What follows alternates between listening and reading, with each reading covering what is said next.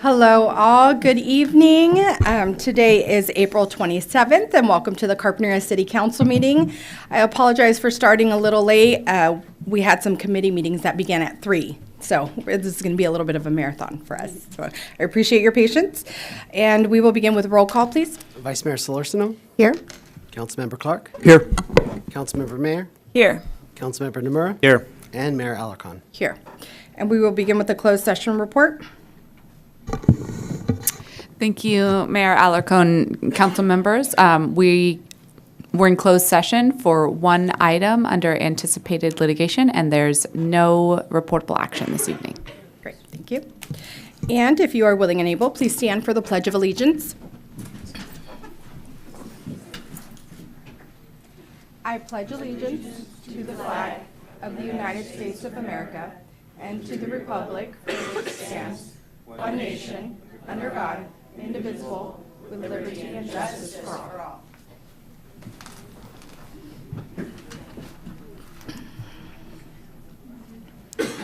And we will begin our meeting today with the resolution. It's resolution number 6463, supporting biodiversity conservation and climate resilience on California's south central coast.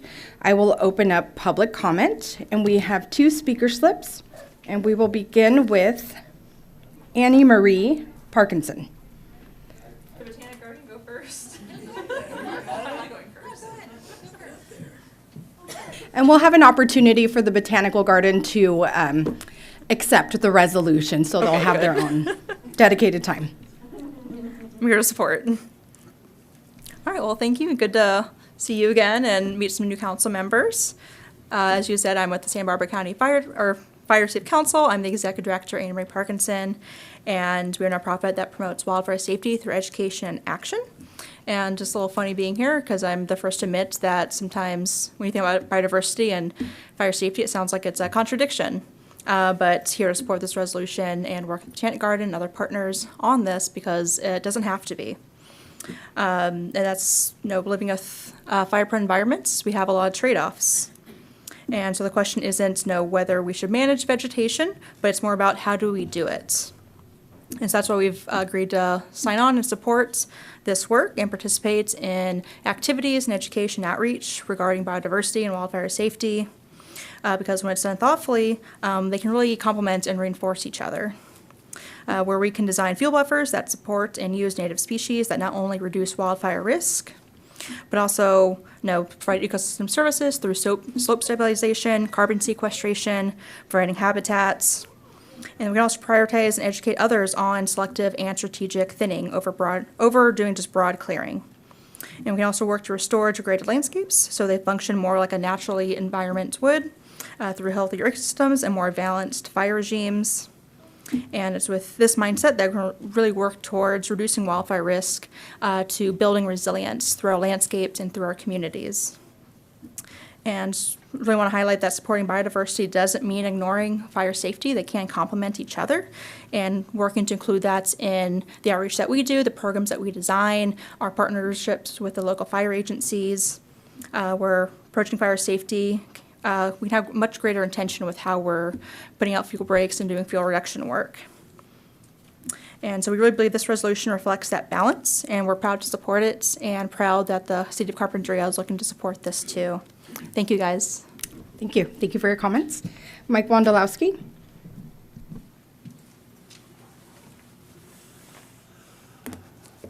I'm Mike with the Carpinteria Valley Association. Biodiversity conservation and climate resilience.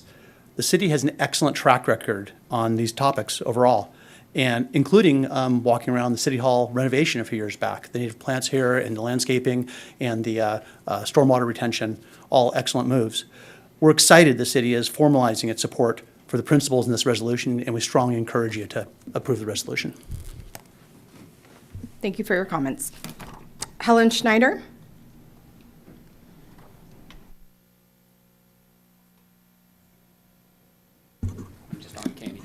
No, you're more than that.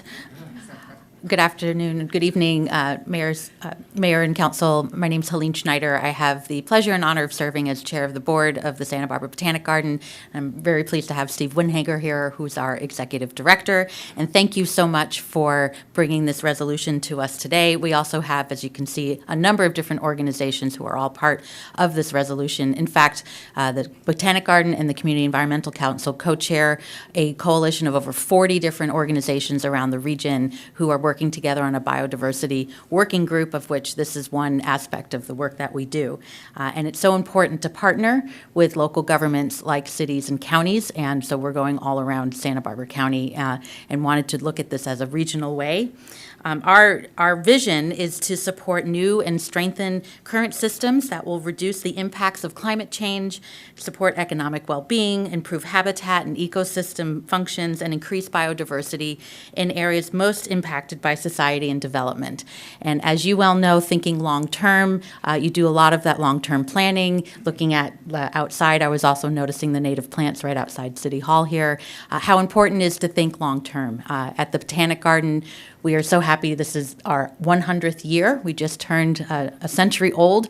And if you think about the redwoods, if you go down to the area of the redwoods, those were planted 90 years ago by the founders of the garden, thinking long-term that they knew they would never see the glorious trees that are there today. And where we want to think of the next 100 years and what we can do today to make sure that our children and grandchildren have a safe and healthy place to reside throughout the South Coast. So thank you so much for this resolution, and we look forward to partnering with you into the future.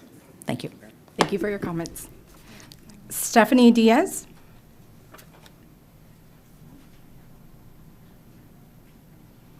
Good evening, Mayor and City Council members. I'm Stephanie Diaz, representing the Land Trust for Santa Barbara County, and we are an advocate for the adoption of this resolution, supporting biodiversity and conservation and climate resilience. The Land Trust has served over 40 years looking for doing conservation of natural resources, agricultural land, open space, and, of course, as you know, the Carpinteria Bluff, the Carpinteria Salt Marsh, the Rincon Bluffs, and the Rincon Gateway. And we are so excited to be a part of that conservation. And we appreciate the resolution's focus on conserving future stewardship of our protected areas and supporting connectivity and urban biodiversity. Those are, I think, especially the urban diversity are not always thought about, so it's not always up on the hills or over on the bluff, but there is a lot of project-related and along the outside of developed areas that are important.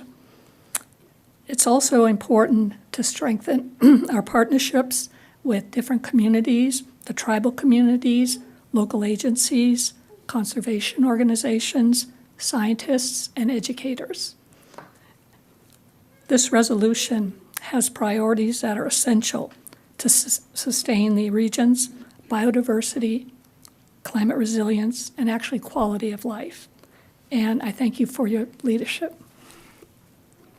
Thank you for your comments.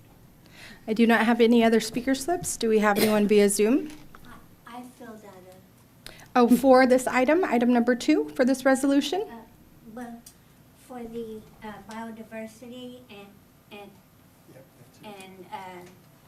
Okay, come on up. Yeah, welcome. climate resilience. Thank you.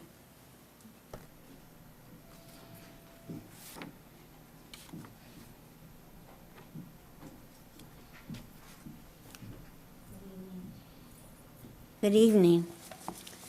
I'm Mary Beecham. I live at Shepherd Place Apartments. I came this morning with $1,324 requesting an appeal form to challenge the project to cut the last 73 trees at Shepherd Place Apartments. And this was a deal made by Mindy Fogg and MKCR Capital Limited Liability Corporation, straight out of Calabasas. And to me, This is an abuse of discretion and a gift of public funds because you might remember May 2023, they cut illegally, without permits, 70 trees. That turns out to be $2,555,000 in fines. Did we get that? No. Mindy Fogg made a long-term deal with them, which includes cutting the remaining 73 trees. What on earth? Okay. Biodiversity conversation. Cutting 73 trees is significant. It's going to significantly reduce the shade and lead to higher local temperatures. Climate resilience. These 73 trees provide a mature canopy, habitat, food, shelter, and nesting sites for birds, pollinators, and beneficial insects. We need canopy cover in Carpinteria. And they are going to plant 10 ornamental plants and 10 small trees, which reminds me of a conversation I had with Steve Hernandez. You might know him as the person you get a permit from when you want to cut a tree. Well, they cut 70 trees without permits. But Steve Hernandez told me about 3 weeks ago, he said that I will be dead before any of the ornamental plants and trees would offer me shade.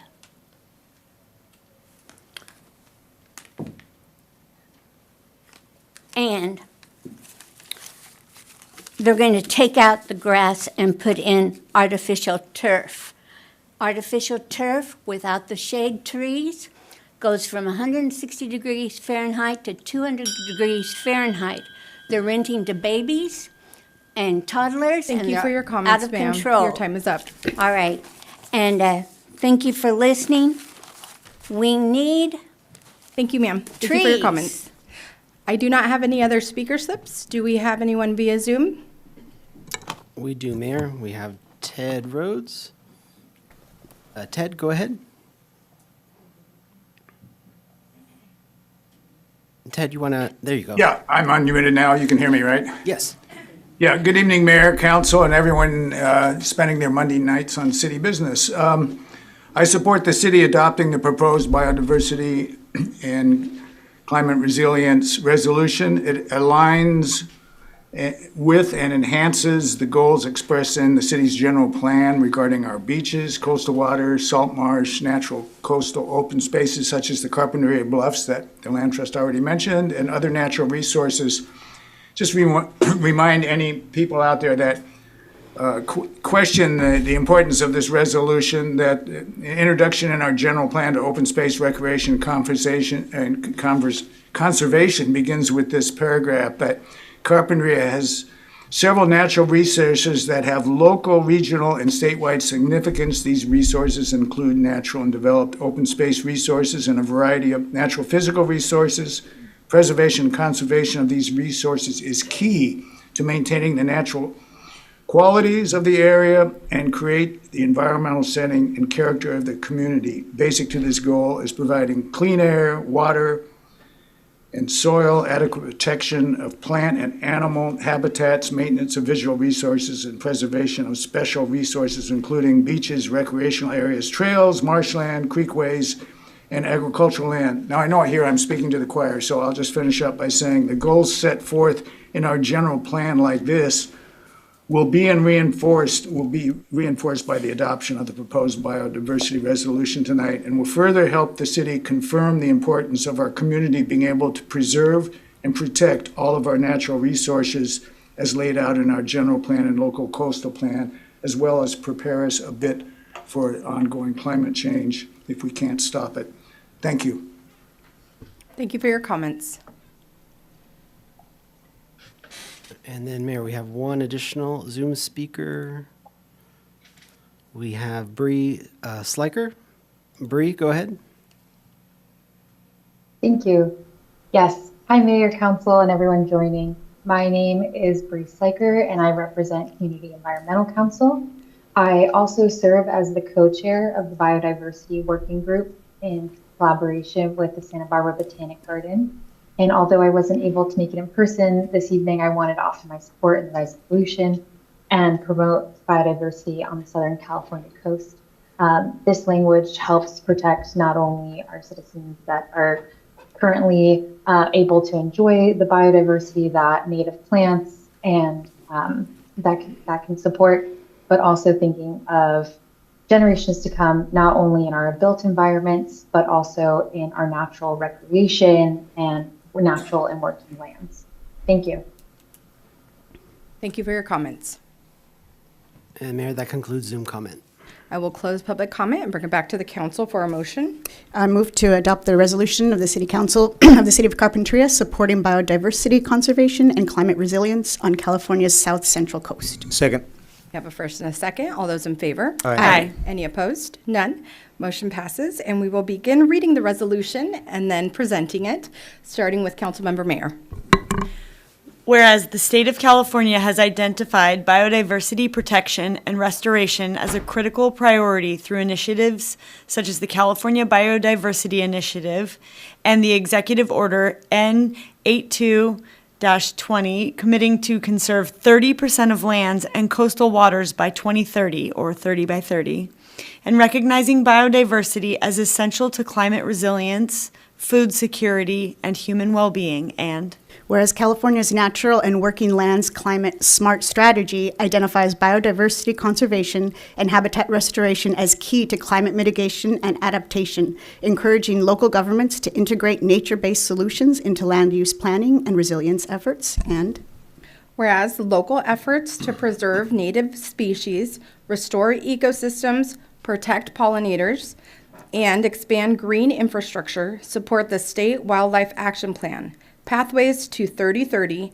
and regional frameworks such as the California Floristic Province Hotspot, and Whereas California's central coast, including the city of Carpinteria, lies at a biogeographic boundary where the northern and southern ecosystems overlap, creating exceptional biodiversity, and Whereas the region's ecosystems, including the oak woodlands, coastal sage scrub, chaparrals, serpentine outcrops, and riparian and wetland habitats, support rare and endemic plant species and diverse native wildlife, and whereas marine and coastal environments, including kelp forests, intertidal zones, upwelling systems, and offshore areas such as the Channel Islands and Chumash Heritage National Marine Sanctuary, support vital biodiversity, including endangered and migratory species, and whereas these ecosystems are essential to community health, cultural heritage, climate resilience, and the economy,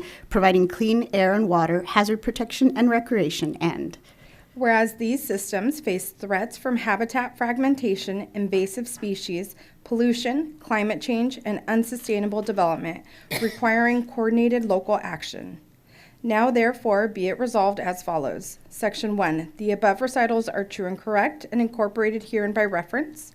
Section 2, the Carpinteria City Council hereby, A, recognizes the ecological significance of California's south central coast as a global biodiversity hotspot and affirms its commitment to protecting native ecosystems. B, supports expanding and stewarding protected areas, greenbelts, habitat corridors, and marine zones, including conservation easements and restoration and urban biodiversity initiatives. C, commits to integrating biodiversity into planning, zoning, and development decisions, including native landscaping, wildlife-friendly design, and nature-based climate solutions. D, encourages partnerships with Chumash community members, agencies, conservation organizations, land trusts, marine sanctuaries, educational institutions, and scientists to advance restoration, community science, and education. E, encourages staff to identify funding sources and report back with recommendations to advance local biodiversity goals aligned with state and regional plans. passed and approved and adopted on this 27th day of April 2026. And with that, we'd love to present this resolution to the Executive Director, Mr. Steve, I apologize. It's okay, Steve. Windhager, Mr. Steve Windhager, if you'd like to share a few words, and then we can take a photo. I just want to thank you again, Mayor and to Council, for really deciding that biodiversity and the lives of our future children and the lives of all the species that we share the earth with really do matter. Thank you. Thank you. Any comments from Council? I do want to just have a special shout out to Eric Cardenas at the Botanic Garden, who reached out to me to get the ball rolling on this. It provided a lot of education so that I understood what this was all about. And then also our city clerk, Brian Barrett, who helped to craft the language. So it was definitely a team effort, and I appreciate all that the garden did to reach out to us. Thank you very much. Is it okay if we bring a whole group up? Absolutely, yes.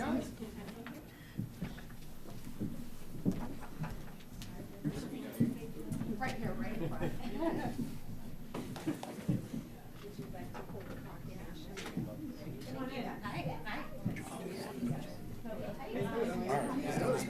Mike is always farming me out.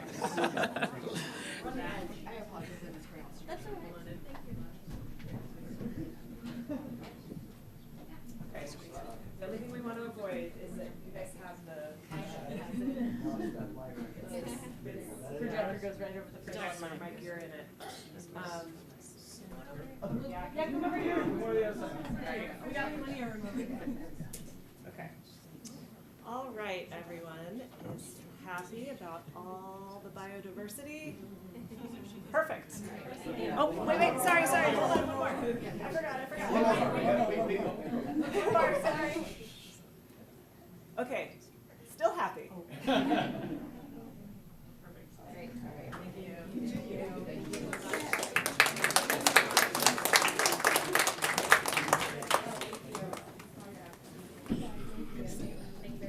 Thank you so much. Really appreciate it. Yeah, go ahead. First off, I would like to congratulate everybody for this one. I would like to say part of my projects that I've done is actually doing the Japanese garden, the tea garden at the Botanical Garden. So thank you for that. That was a lot of fun. I would also like to say that last week I was in Dallas, Texas for EarthX. It's the largest environmental conference, I guess, in North America, and one of the third largest in the world. And at that point in time, we went through, and there were about 200 different countries there, 30,000 people that were talking about what we could do for the ecosystem.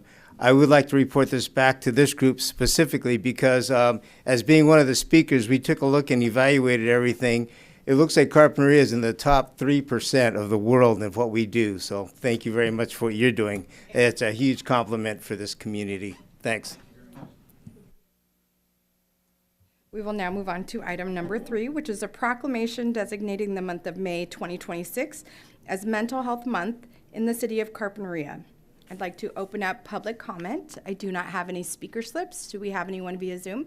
Mayor, we have no raised hands. I will close the public comment period and bring it back to the council for any comments and, of course, a motion. I move to adopt the proclamation of the City Council designating the month of May 2026 as Mental Health Month in the city of Carpinteria. Second. We have a first and a second. All those in favor? Aye. Any opposed? Motion passes. And we will begin reading the proclamation with Councilmember Mayer.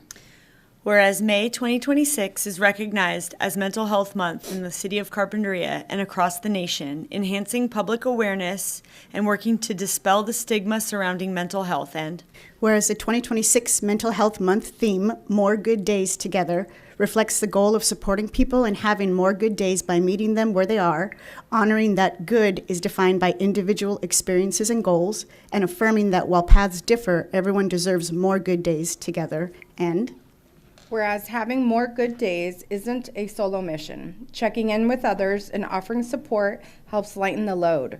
We're not meant to do this alone. And whereas when communities prioritize mental health, we expand access to care, strengthen connection, and make more good days possible for everyone.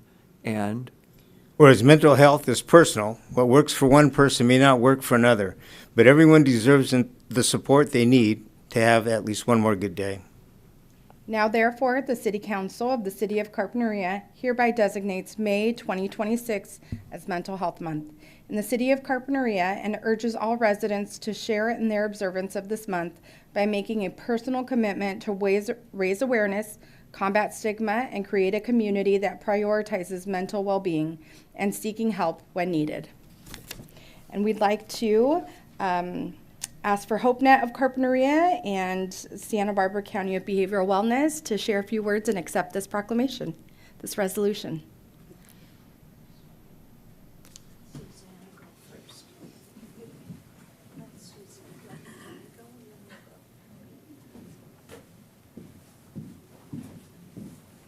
Good evening, Mayor and council members. Thank you so much for moving this forward. We've come a long way in our communities of combating stigma and allowing more people to reach out for help, but I still think that we have a ways to go. So in efforts of creating more good days together and recognizing this May, thank you very much. We extend our appreciation, and I want to add on a cordial invitation. We are always working to get our services out there more broadly. So this Friday, May 1st, we are doing a ribbon cutting ceremony, open house of our new Children and Family Clinic in Santa Barbara, and certainly warmly invite all to attend. Thank you. Thank you.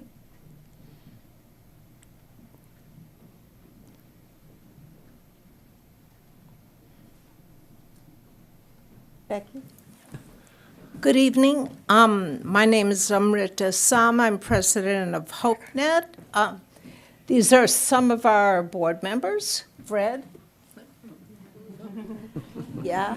So Becky Norton, Roberta Lathiam, Ricardo Avila, who was just accepted to Stanford. So we're very excited for him. Anyway, we've been involved in this campaign for a number of years, distributing the signs that are both in Spanish and English. One side is Spanish, one side is English. I have some here. If any individual who is not living in a condo or an apartment where they don't usually allow you to put things on the front lawn, if you'd like to get a sign to take home or for your business, we'd be happy to share, and we have lots more in Jenny's car. So, and HopeNet has really tried to advocate for mental health awareness all the time, every day, not just once a month, but we're very happy to be involved in this event. So I'm going to ask Roberta and Ricardo are going to add a few more words. Thank you. Hello, Mayor and council people and our gentle staff over here. Welcome. I'm Roberta Laytonen of HopeNet of Carpinteria. I've been up here in the last 23 years that I've lived back in Carp on several issues, very important things like plastic straws, but you know, there aren't many plastic straws left in town anymore. And also, no Starbucks at the corner of Linden and Carpinteria Avenue. That was something that was going to be there and advocated for that. It's not there. So one person can kind of make a little difference in what goes on. So I wish to thank the city for recognition of Mental Health Awareness Month and the continuous commitment that they have shown to mental wellness in our community. The theme of this month, More Good Days Together, is fitting as mental wellness is a chronic struggle for most people. There's no simple cure. There's treatment that works sometimes, doesn't work. You have to keep at it, find the right medications, get therapy, all those type of things. It's not like taking an aspirin for your headache or antibiotics for your infection. So, let's see.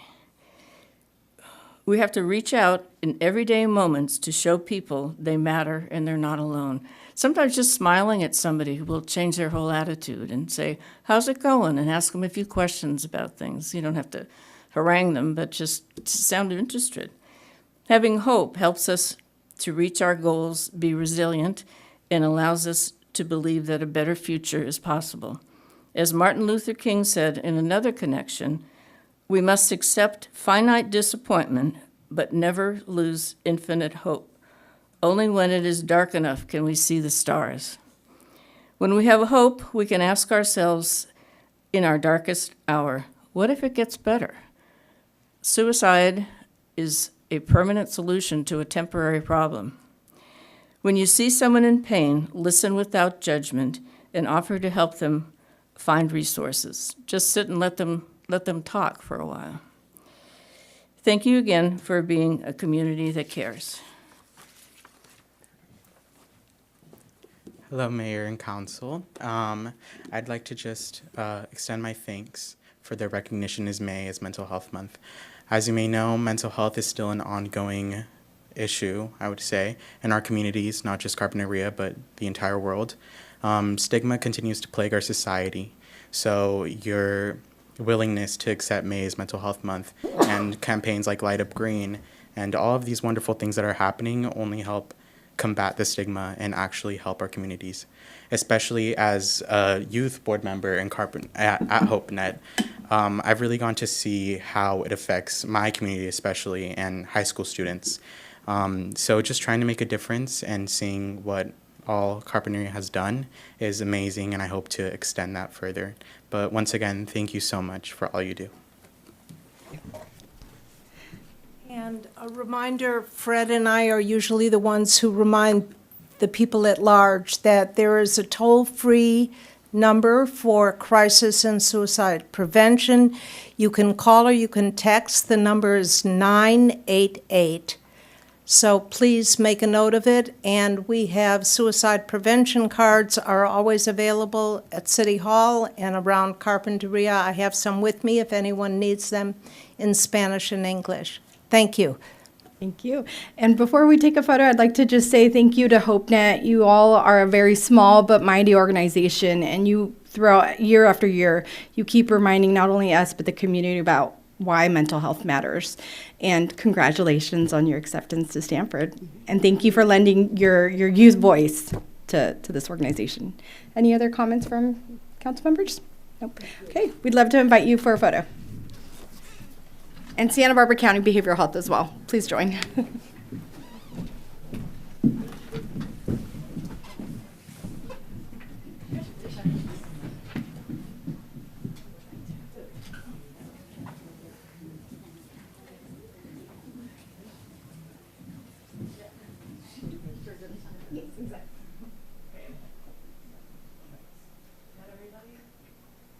All right, 1, 2, 3.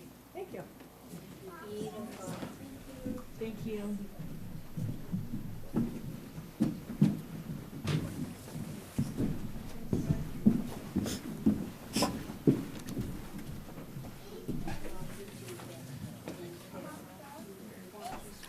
We will now move on to item number 4, which is a mayoral recognition awarded to David Esquivel Belmonte for being selected as a 2026 Edison Scholar. I would like to open up public comment. I do not have any speaker slips. Do we have anyone via Zoom? Mayor, we have no raised hands. I will close public comment, and I would like to invite Mr. David Esquivel Belmonte to the podium to share a few words.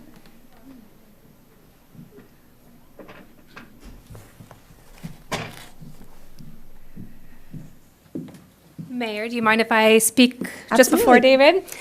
Good evening, Mayor, council members, city leadership, and community members. My name is Natalie Yanez. I'm a government relations manager for Southern California Edison. I have the privilege of covering the city of Carpinteria.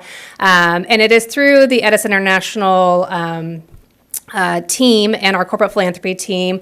Every year they acknowledge 30 high school seniors throughout our service territory with a $50,000 STEM scholarship.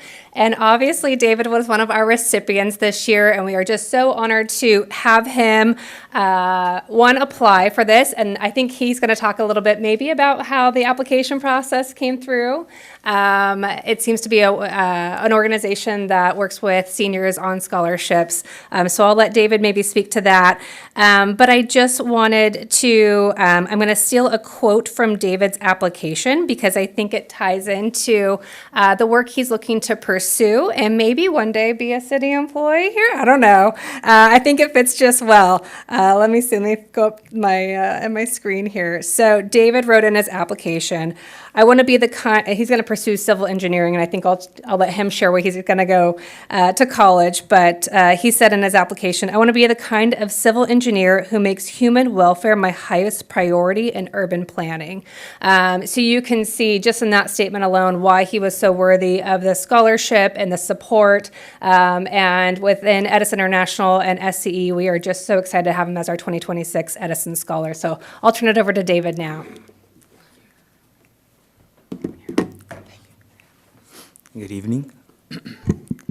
Yeah, so I'm a part of Mission Scholars. It's a local nonprofit in Santa Barbara that helps students who are first generation, low income, to like get started on college applications and how to prepare. And so I jumped at that opportunity to join, and I got in. And after we did all the college applications, like the essays and all the hard work, we moved on to scholarships. And I saw Edison, and I just said, let me give it a shot. Maybe I'll get lucky. And it turns out I got it.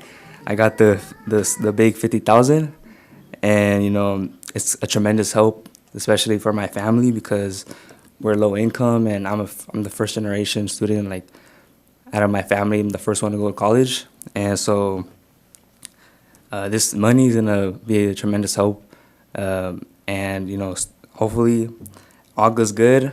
And 2 days ago I committed to USC as well, and so that's exciting.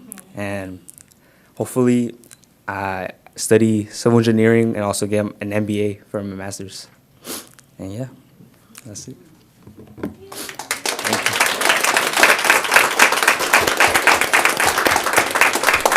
I'll just add, I believe, my understanding is David is our second Edison Scholar in the history of our program here from Carpinteria. So you guys have been well represented, and so has the Santa Barbara region in general.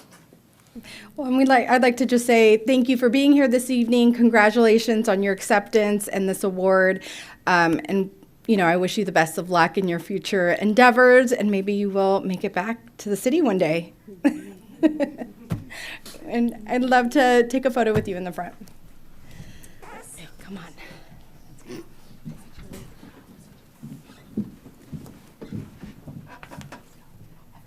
I should have specified. Everyone is welcome. We're all so proud of you. I'm so proud of you. Okay, here we go. We are done with that one, but hold on. Okay,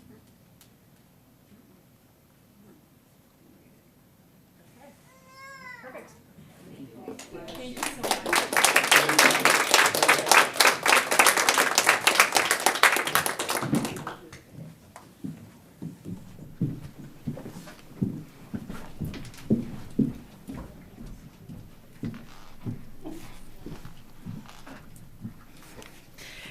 I'd just love to say something. Carpinteria, we consistently bat out of our, what is that? How do you say that? We bat out of our category. I'm trying to do a softball when it's not doing. And I really think I speak for every single person in Carpinteria and that we are so proud of you, and you're going to go on to represent us so well. So congratulations. We will now move on to item number 5, which is resolution number 6462, congratulating Reynaldo Cardenas upon being named Volunteer of the Year for 2025. I'd like to open up public comment. I do not have any speaker slips.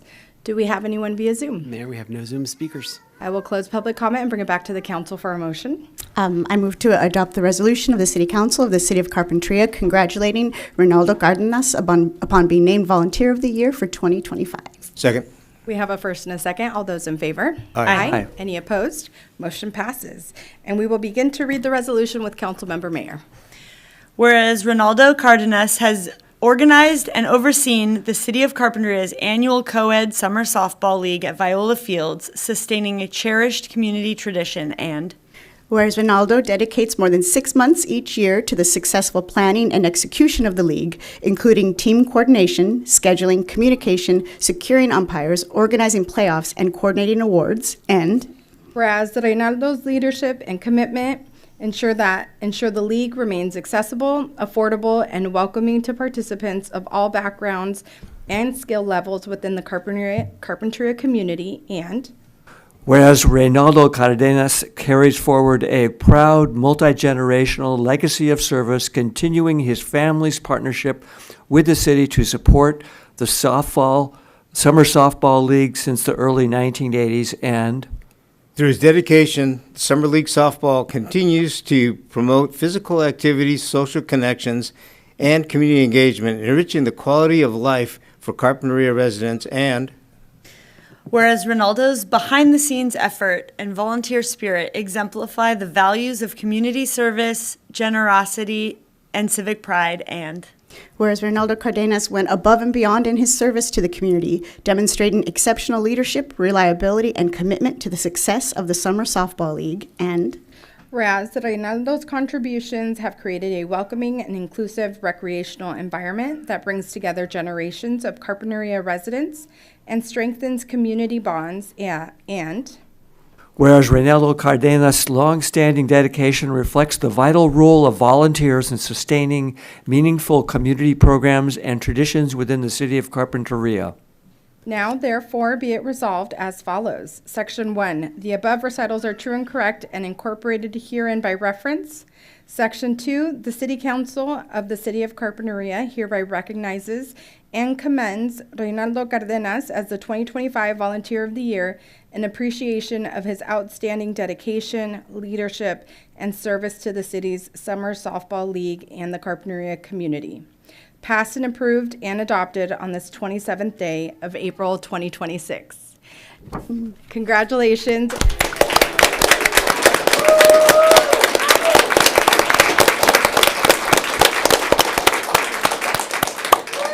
And we invite you to step to the podium and share a few words. Thank you for the opportunity to serve. I will continue to serve as long as I can. Thank you to my father, my brother, and the community. I appreciate you. Thank you.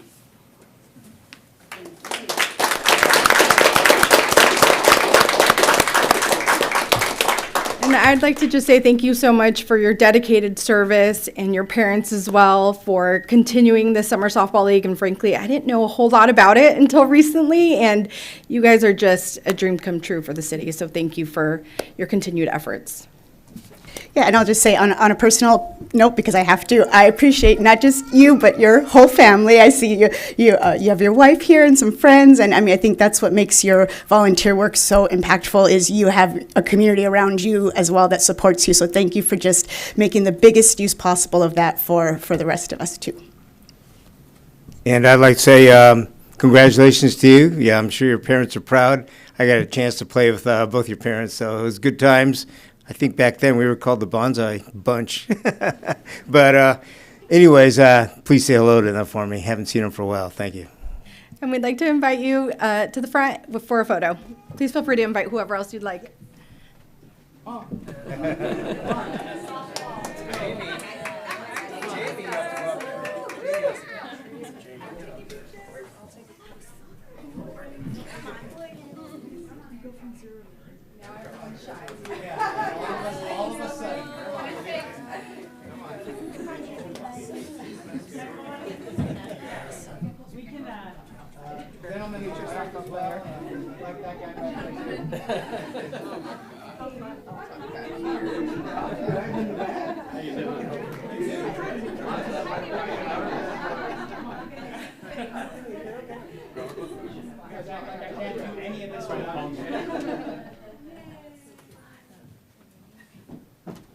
Okay, this is going to be hard.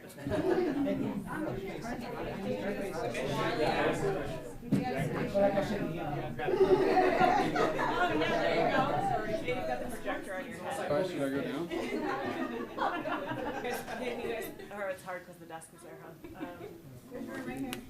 Yeah, somebody's got to come down.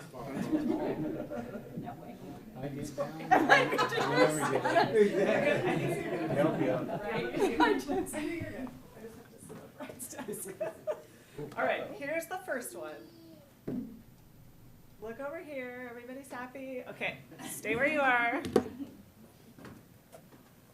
Okay. Excellent. Perfect.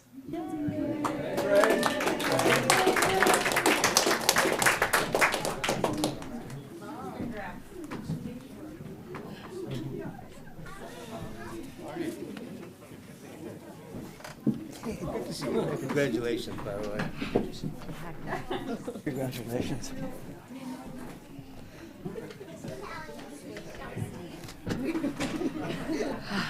Okay.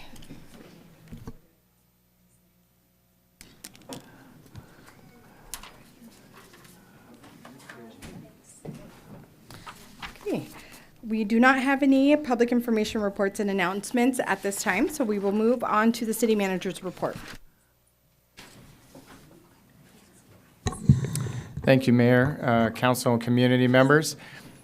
As always, like to remind folks that we don't always go over everything in the city manager's report. Encourage people to review the whole memo. There's also helpful links to things like where you can apply for job openings with the city.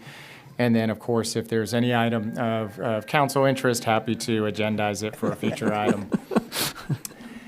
Just to talk about city employee updates, so our beach lifeguard series is open with the deadline to apply of April 30th, so you have 3 days for that one. We have a library technician position that is pending selection, and a lifeguard program coordinator series that we're in the process of scheduling interviews for. For the pool lifeguard series, the deadline to apply also is April 30th, so again, just a few days. And then we have started our interviews for our maintenance worker one position and are hoping to make a selection for that position very soon. That is actually a underfill for what was formerly a supervisor position that we are going to be bringing, not a new position, but actually a lower position than what was there before. And then also, I don't know if it'll be at our next council meeting or the one after, but we just started a brand-new employee today, Kelly Cortez, and she's going to be stepping into Brenda Robinson's position, who is our county technician, who her last day until retirement is this Thursday. So we'll also be saying farewell to her and wishing her well, and as well as welcoming Kelly. And thank you all to the council who allowed for that overlap, and they've been working together over the last few days, and it's really sped up her process of getting acclimated to our processes here at the city. In addition to that, we also did some fire extinguisher safety training on the 15th. So staff from all city departments participated in a fire extinguisher safety training, and that was put on by our own Summerlin Fire Protection District, which was led by Fire Marshal LaMonaco and Fire Inspector Joy.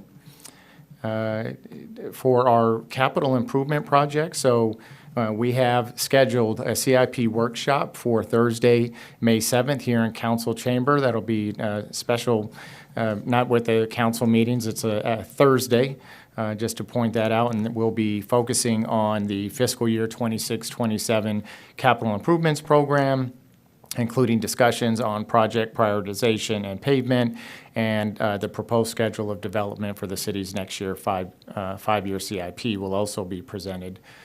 With that, I'd like to see if there's any questions, and if not, turn it over for update on development applications to our Community Development Director, Nick Bobroff. Thank you. Thank you, Michael. Good evening, Council. Got a couple updates. It's very sensitive today. A couple updates for you this evening. I wanted to start out and share that we're at an exciting milestone on the General Plan Coastal Land Use Plan update process. After several years here of nailing down a proposed update plan, we're ready to embark on environmental review and to kick off the preparation of the environmental impact report that goes along with the general plan update. This will commence with the release of what's called a notice of preparation, which is the official notice to the public and to other government agencies that we're undertaking this environmental impact report. And it initiates the opportunity for the general public and those other agencies to provide input to us on what types of environmental impacts we should be looking at, potential mitigation measures or project alternatives to reduce any of the effects that the plan may have on the environment. This NOP, or Notice of Preparation comment period, will be for 30 days. It'll kick off on Thursday, May 7th, and it'll run through Friday, June 5th. So during that time, we'll be soliciting written feedback from folks that have an interest in this process. We will also hold a public scoping meeting during this 30-day period on Monday, May 18th at 5:30 p.m. here in the council chambers. It'll also be broadcast on Zoom, and that'll be an opportunity for folks to learn a little bit about the general plan update process, what the plan proposes, and then as well for an opportunity for folks to give us input, again, on what they think we should be looking at as part of that environmental impact report. And we'll have all the information for that up on our city website here in the next week or so, providing folks with what they need to know to participate in that process. April's also been a busy month for the Community Development Department, both in terms of building permits and business licensing. So in the last couple weeks, we've had a couple new downtown businesses open their doors to the public, including Coyotes Market at 4945A Carpinteria Avenue, which opened on the 11th, and Arnie's Rooftop Bar, which is the upstairs space at Linden Square, which opened officially last week on April 20th. And on the business licensing side, we're working with a handful of businesses in the downtown that we expect will be opening in the coming months. Those include the Larder, which is a second location of Field and Fort. They're a local Summerlin business. They'll be taking over the former Food Liaison space there in the Shepherd's Place Shopping Center. Skyhop Coastal Goods, which is a retail establishment that'll be on Linden Avenue where the Christian Science Reading Room used to be. Rincon Rooms, which is the no-host hotel portion of the Klentner mixed-use project on Carpinteria Avenue. And finally, Rincon Design Surf Shop will be coming back to Linden Avenue in their former location with a goal of being ready to open later this spring or early summer. Also just wanted to quickly mention that the project application for the Villa Real Townhomes project proposed down at the east end of Villa Real at 6380 Villa Real was resubmitted to the city earlier this month, and it's currently under review with a target of making a determination on application completeness on or before May 8th. You'll recall this is a proposal for 96 for-sale townhome-style units down next to the Lagunitas homes there at the east end of town on the inland side of the highway. And then finally, I just wanted to announce that we're making some great headway with GovWell, which is our new online permitting platform. So you'll recall that your council approved a contract for the city to enter into an agreement with GovWell back in December of last year. And since that time, we've been working closely with their staff to build out the workflows and get that permit platform up and running. And in fact, we had 2 staff from GovWell out here for a couple days, maybe just last week. Feels like it was weeks ago now, but it may have just been as early as last week. And they were able to get enough done that we were actually currently doing a soft launch of the first permit first permit types on the new platform. And so we've been working with some contractors on sort of an invitation basis and asking them to apply for their next permits through this platform, tell us how it's working so we can then go back and make some tweaks to it and tinker with it and make sure that everything's working right. But we've now issued a couple of our first permits through this platform, and we'll be continuing to build out the rest of the capabilities throughout the spring with the hope of being fully operational by this summer. And that wraps up my items for you, unless you have any questions for me. No questions. Thank you, Nick. And unfortunately, Jeanette Gann, our Parks, Recreation, Community Services Director, is out sick today. But fortunately, we have our wonderful program manager, Tori Cubberth, who's going to update us on other city and community updates. Hello, Mayor and Council members. Thank you for having me. Just some updates from the Community Garden and Age Well program tonight from our department. The Community Garden welcomed another local homeschool group for a field trip on April 15th. 10 students from Campus Earth Learning Cooperative learned about the garden's composting systems and helped to feed and water an active compost pile during their field trip. On May 9th, the Community Garden will host one of the stops for Cyclemania, Carp Family Ride. Participants will learn how to rent a plot and will also learn about the importance of eating locally to support local farmers, reduce environmental impacts, and have access to more fresh and healthy, nutrient-dense foods.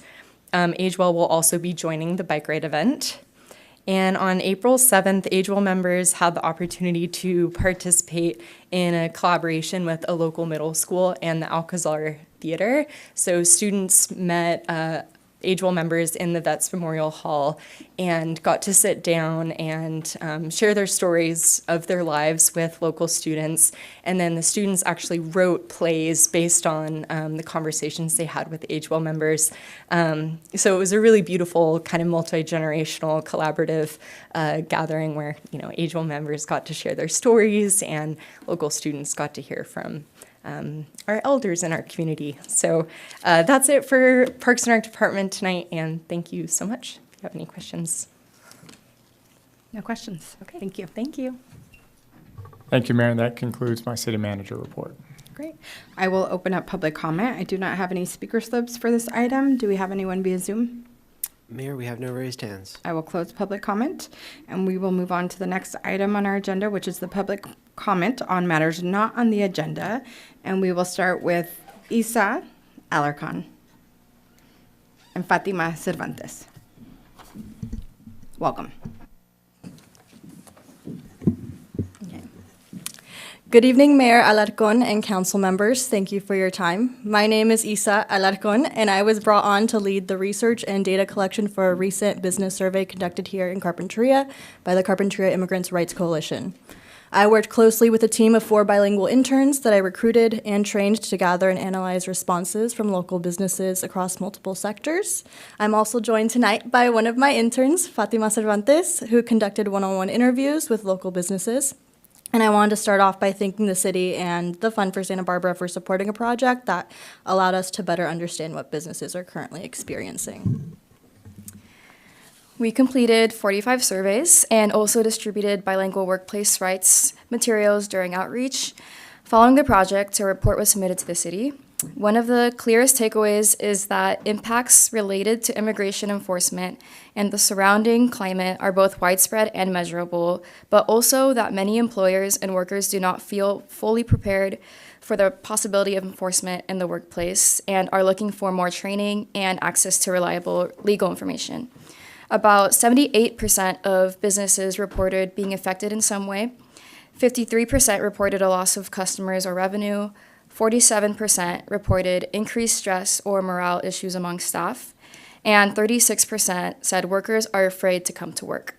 We also saw that a significant portion of the local workforce comes from immigrants and mixed status families, which highlights how closely the stability of local businesses is tied to the well-being of those communities. So at the same time, there's a noticeable gap in preparedness. Only 18% of businesses reported having a written plan in place, and more than half said their staff have not received any formal training or workplace rights. So while many businesses are experiencing impacts, they don't necessarily feel equipped to respond to them. So when we asked what would be helpful, the responses were very consistent. Businesses are asking for very clear and practical resources like Know Your Rights workshops, training for business owners and managers, access to legal guidance, materials that are accessible, and supporting communicating with local government. So some of the materials that are being shared in the community are available in multiple languages. One of them are the ones that we have here, the blue cards that you also have in front of you. I won't go into the full report, but I do want to emphasize that this is not an abstract issue. Businesses are reporting lost customers, workforce strain, and changes in day-to-day operations around the city. And I want to thank you again for supporting this work and for making it possible for us to be able to gather this data and directly from local businesses. So I hope it can be useful as the city considers their next steps, and I would encourage this topic to be brought back for further discussion at a future meeting. Thank you. Thank you. Thank you for your comments. Max Diamond.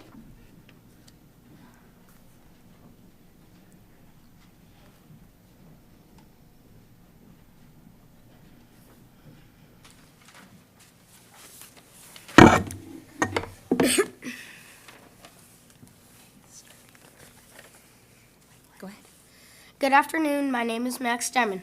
I am 8 years old. I'm in 3rd grade, Carpinteria, California. My big brother takes me fishing at Carpinteria Reef on a skiff. It is close to shore and safe, so my mom lets him. He's my big best brother because he knows I love that more than anything. All of his friends are able to fish where to because it's close and safe. They don't have to don't have to go across the channel in small skiffs. I love taking all the shore fishermen and kayak fishermen too. I want to be like that someday.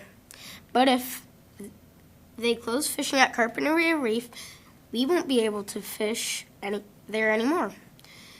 A lot of my friends' families fish there too. They need it for food. This is my backyard. Please don't let the Fish and Game Commission close my backyard. Thank you. Thank you. Thank you for your comments, Max. And Jamie Diamond, welcome. Good evening, council members. I am Jamie Diamond. I am a Carpinteria resident, a parent, a business owner. I'm also on the state board for the Coastal Conservation Association of California. There is a petition 2023-29 MPA, that will be before the Fish and Game Commission meeting next Tuesday, starting at 8 a.m. at the Hilton Garden Inn in Goleta. This is a proposal to close fishing off Carpinteria from the estuary to Summerland and out to 3 miles. It will allow shore take only. It will ban all kayak fishing, lobster diving, spear diving, and boat-based fishing. This is a huge hit to our small, rural, isolated community. We rely on this resource for food.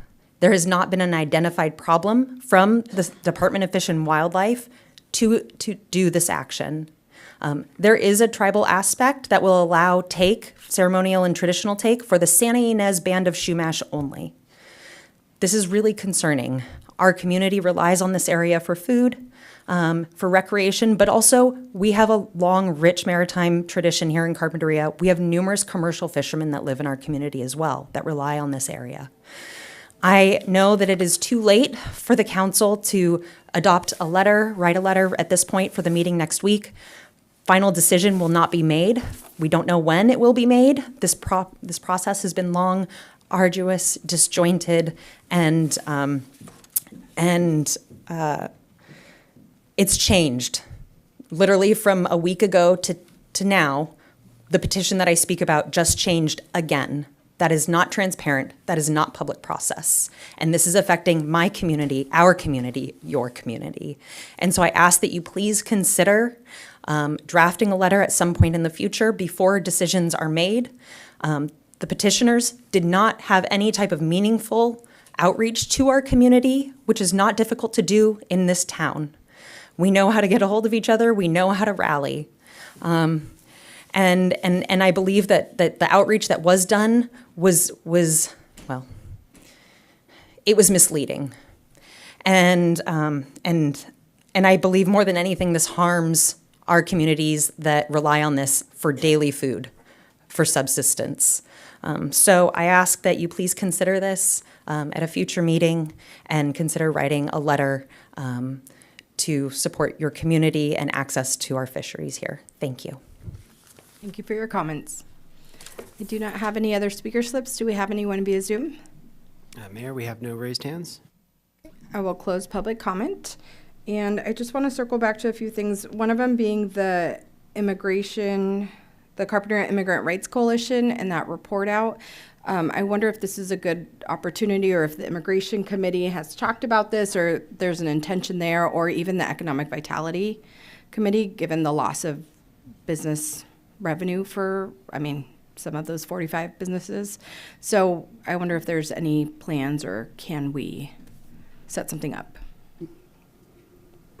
Mayor, just to confirm, so I know that they're scheduled to do a report out here at council. Okay. And are you asking for them to do additional report outs with? No, I'm wondering if this can be discussed in more detail in a committee as well. When are they coming back to council? Maybe I didn't get that part. I don't know the date off the top of my Okay. head. I can look that up and let you know, or maybe, no, Brian's not. So I can let you know a little bit later in the meeting. But also happy if the council would like to add that item to any one of the committees as an agenda item. Okay. Okay. I agree, and since I think we had talked about the funding for this in the Immigration Response Committee, I would be happy to see about setting one of those up with staff at whenever time works for you. Wonderful, happy to do that. And would that be okay, or would you like to also do the Economic Vitality Committee? I think so. I mean, I think it might be best with this committee first, and then if it trickles into our committee. But yeah. Okay, all right, thank you. Was there enough consensus there? Okay, thank you. Yes. I would like to check with legal staff on that one, whether, excuse me, whether or not that's going to create an issue with the Brown Act, going back-to-back committees. Thank you, Councilmember Nomura, through the mayor. It potentially could, depending on the makeup of those committees, but that's something that I can work with Michael on in the background. Thank you for asking that question. And then just in regards to the MPA, right now we haven't taken any stance. I just want to clarify. I know we've received requests for and against, but as of right now, we haven't moved forward with anything. Correct, Mayor. And staff did provide a memo recently to your council with, various sides of pros and or supporters and opponents. Okay. And happy to provide any additional information at council's request. Okay, great. Any other questions from council? None? Okay. We will now move on to the consent calendar. Yes, on the consent calendar, I would like to make a request that item 11 be pulled and actually put forward on a future agenda so we could recognize those recipients specifically, since consent calendar items are supposed to be considered routine and just normally enacted on by one unanimous vote. I'm fine with that, inviting them to the council meeting to be recognized. Mm-hmm. I'm comfortable with that. Is the rest of the council comfortable with that? Yeah. Yes. Thank you. Okay. And then I would actually like to pull, I just want more, a staff report out on item number 16, which is approve and adopt resolution number 6459, which is updating the city's master fee schedule. And is there consensus for that? Yes. Looks like there is. Yes. Okay. And we will then move item 16 right after the consent calendar approval. And I will open up public comment. And I do not have any I don't have any speaker slips. Do we have anyone via Zoom? Mayor, we have no raised hands. Okay. So I will close public comment, and I'll just remind the council that we're looking at all of the consent items with the exception of item number 11 and item number 16.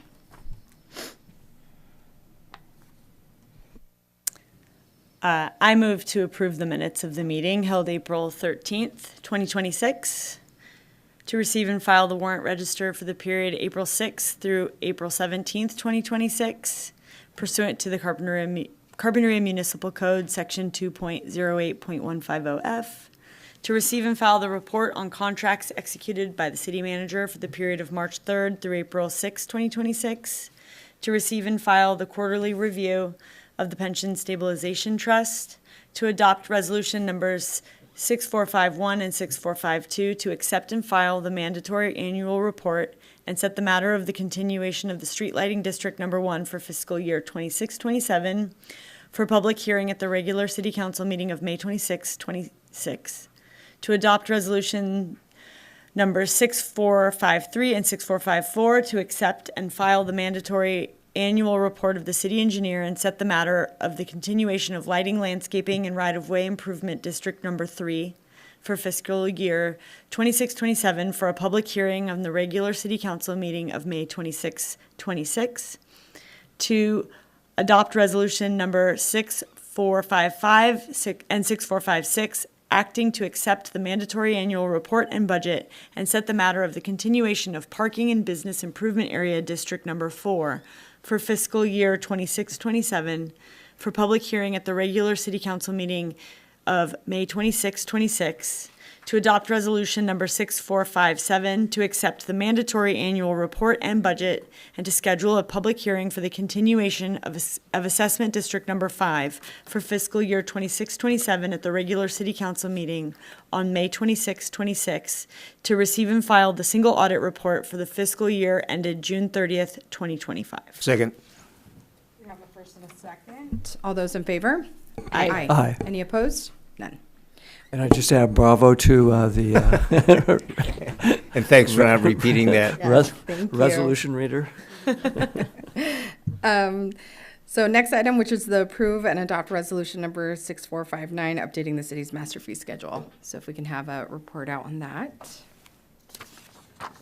Yes. Good evening, council, members of the public. So this item is the city's annual update to the master fee schedule. Staff is recommending approval of resolution number 6459, which applies a 3.1 inflationary adjustment based on CPI to help ensure fees keep pace with the cost of providing services. Maintaining updated fees is it's important to support cost recovery and avoid subsidizing fees-based services with general fund resources. By aligning fees with actual service costs, the city can maintain long-term fiscal stability while continuing to provide services to the community.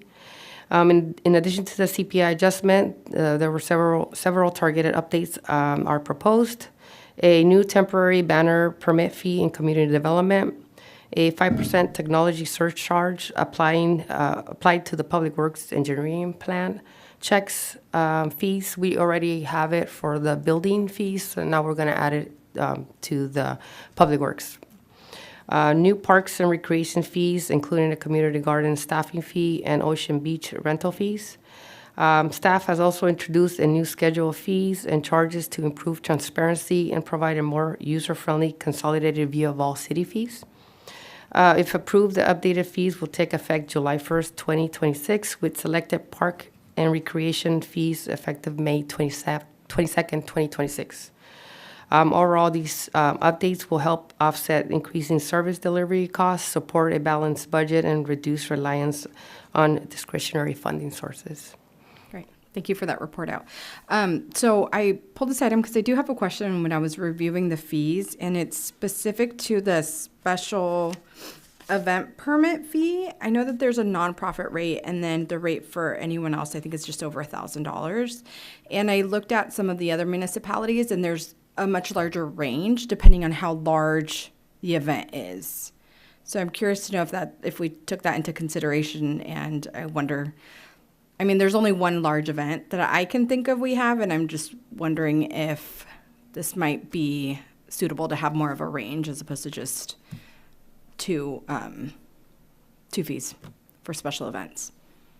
I believe this is a Public Works fee, but when we originally created the fee, is based on the hours of the employee that is producing the permits. Mm-hmm. So it's based on the hours and the staff that's being used. So any application, whether it's a big or would take the same amount of time. Mm-hmm. So, but I don't know if you can, John. I guess I'm just thinking of like coordination, right? I think of the Avocado Festival and the need to have more coordination, but maybe that's not relevant. Yes, Madam Mayor, council members, I actually have not seen the other agencies' fee schedules for this one. I do know this is, before you, is a fixed fee. And what we do charge as far as any city staff time is if there's traffic control devices or traffic control that is being requested for, or what we determine as city staff is warranted traffic control devices, we will charge charge the actual cost to the applicant. So that's just traffic control, and there's also cleaning. Should a particular special event warrant cleaning, we would also pass that on to the permit applicant or permittee. Okay, so all of those are outside of the application fee itself? Yes, and I also mentioned, you mentioned the a big special event, and I'm presuming it's the Avocado Festival. So Yeah, the that's permit what I'm thinking applicant, in that regard, would hire their own security. That's an example. Okay. Okay, that's helpful. Yes.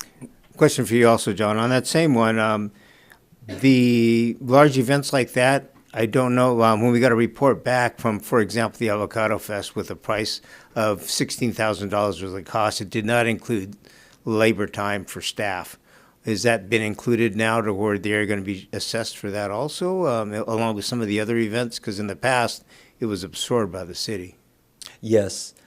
Councilmember Namara through the mayor. So when it comes to staff time, it would be charged the fully burdened hourly rate. and usually our Public Works Department maintenance costs are charged to the applicant, not necessarily administration's costs, but definitely our maintenance. Good, thank you. Will that then also be the same for any of the parades that we have? Because the city doesn't necessarily host any of the parades that occur in the city. Yes. Okay, great. All right, any other questions from council? Nope, okay. I will open up public comment. I do not have any speaker slips. Do we have anyone via Zoom? Mayor, we have no Zoom speakers. I will close public comment. I'll bring it back to the council for a motion. I'll move to adopt resolution number 6459, approving the city's master fee schedule. Second. We have a first and a second. All those in favor? Aye. Aye. Any opposed? Motion passes. We will now move on to administrative matters, item number 18, which is the adoption of resolution number 6458, approving appointments to the Downtown T Business Advisory Board. Mayor, and if I could, before Brian starts, that report out for the community services support grants is tentatively scheduled for May 26th, so it's not solid, but just wanted to get that to you ahead. Thank you, Mayor and council members. There's currently 1 vacancy for an at-large member and 3 vacancies for an alternate assessment paying member on the Downtown T Business Advisory Board. Notice of these vacancies, as well as other council advisory group vacancies, were posted on the city website, as well as here at City Hall. We've got the applicant for the at-large member position, Nathan Pratt, qualifies for the position. The applicant for the alternate assessment paying member, Justin Fitzgerald, qualifies for this position since he owns a business within the Downtown T Assessment District, the Parking and Business Improvement Area Assessment District.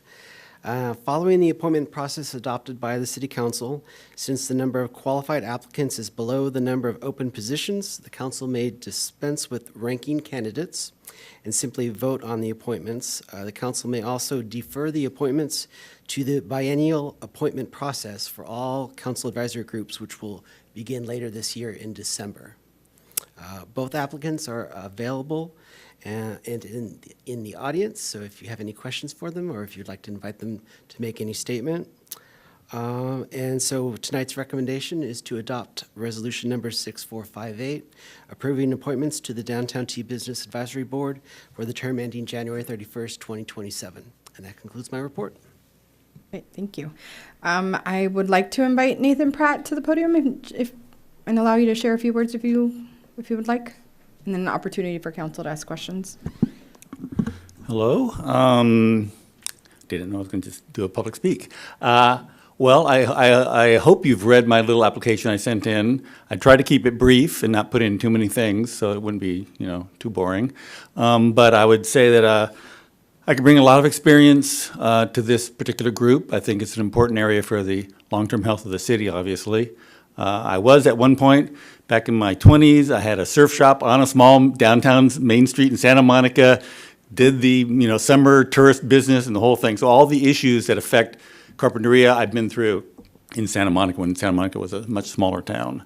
And then since then, I've gone on to have a more varied experience in all different areas.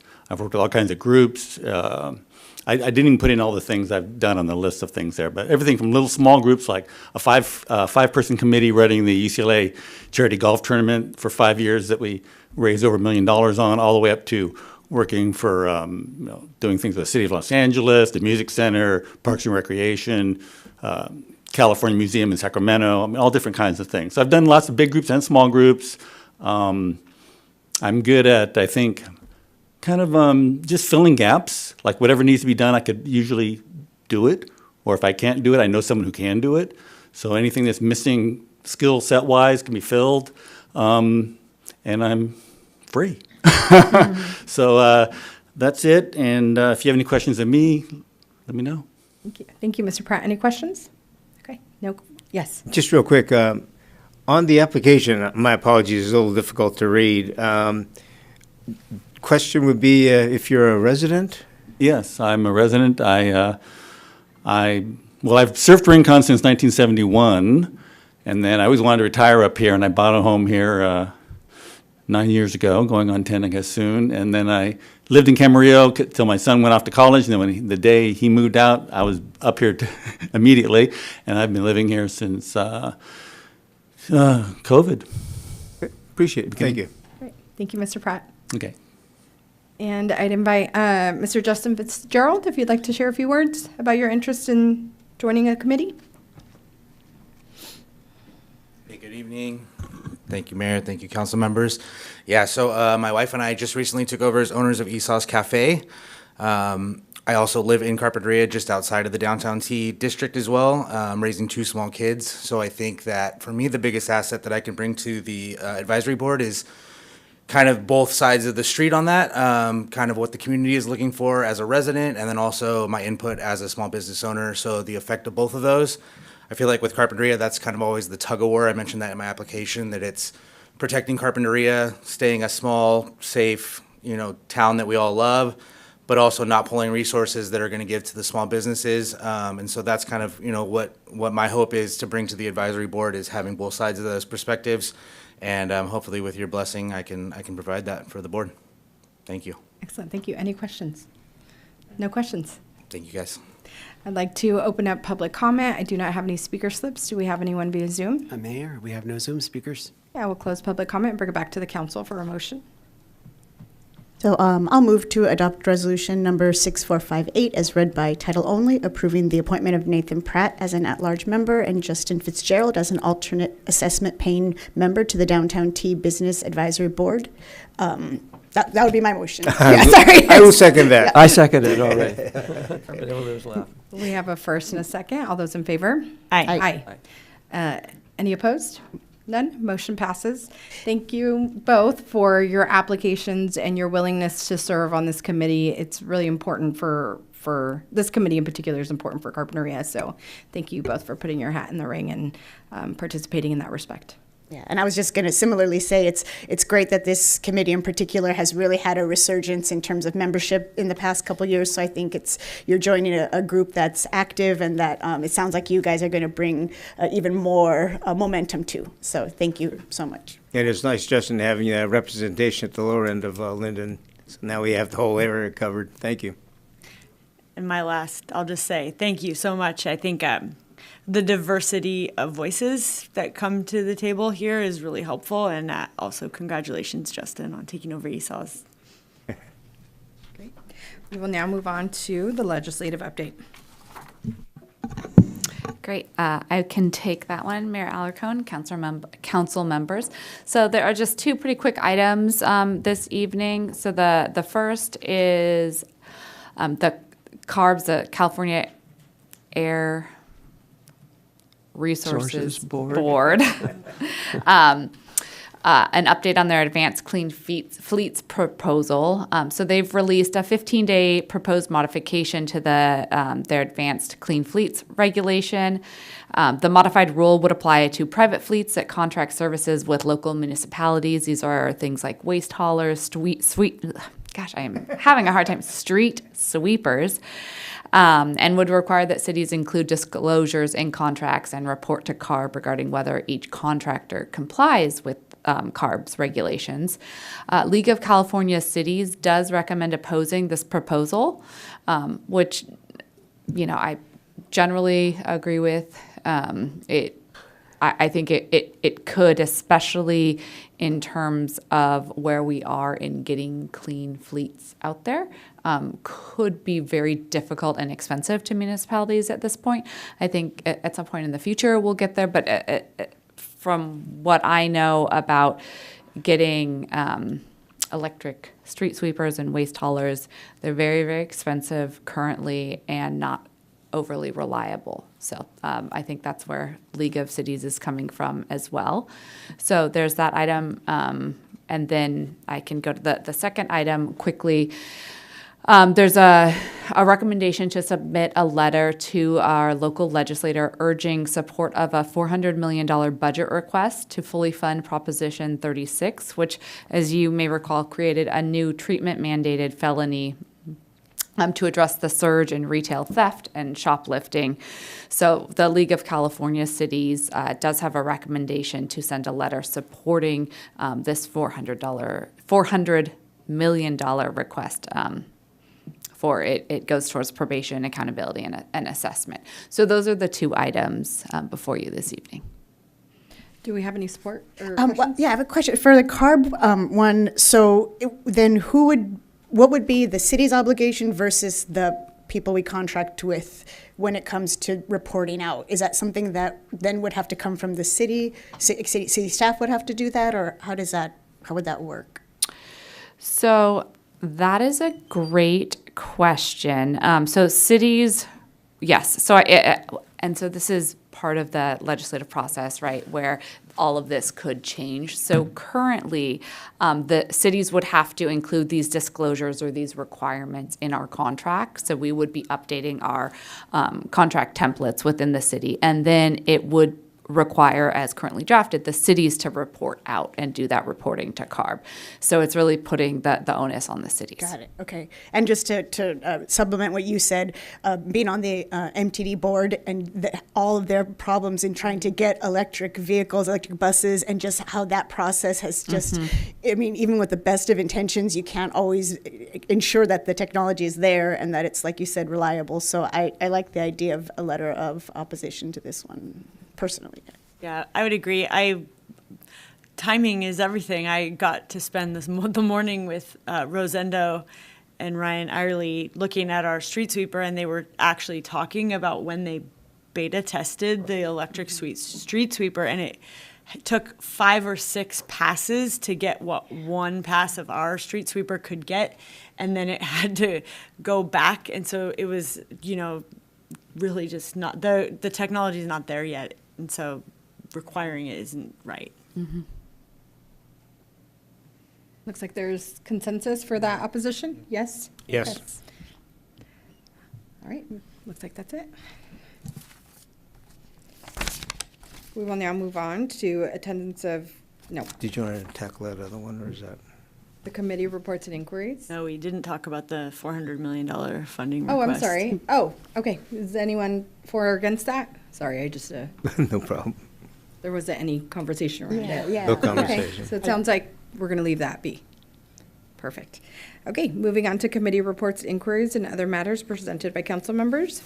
I'll just say that Public Engagement Committee is going to meet next Tuesday, April 28th at 4 p.m. here in City Hall. And MTD did meet earlier this week, but we just met on a closed session item, so there's no report out from that one. Seeing no other report outs, we will move on to attendance of council members for future meetings. Will everyone be here? Yes. Looks like yes. Okay, and it is 7:14, and we will officially adjourn the meeting. Thank you. We had our longest one last time and our shortest one Cause and today. effect.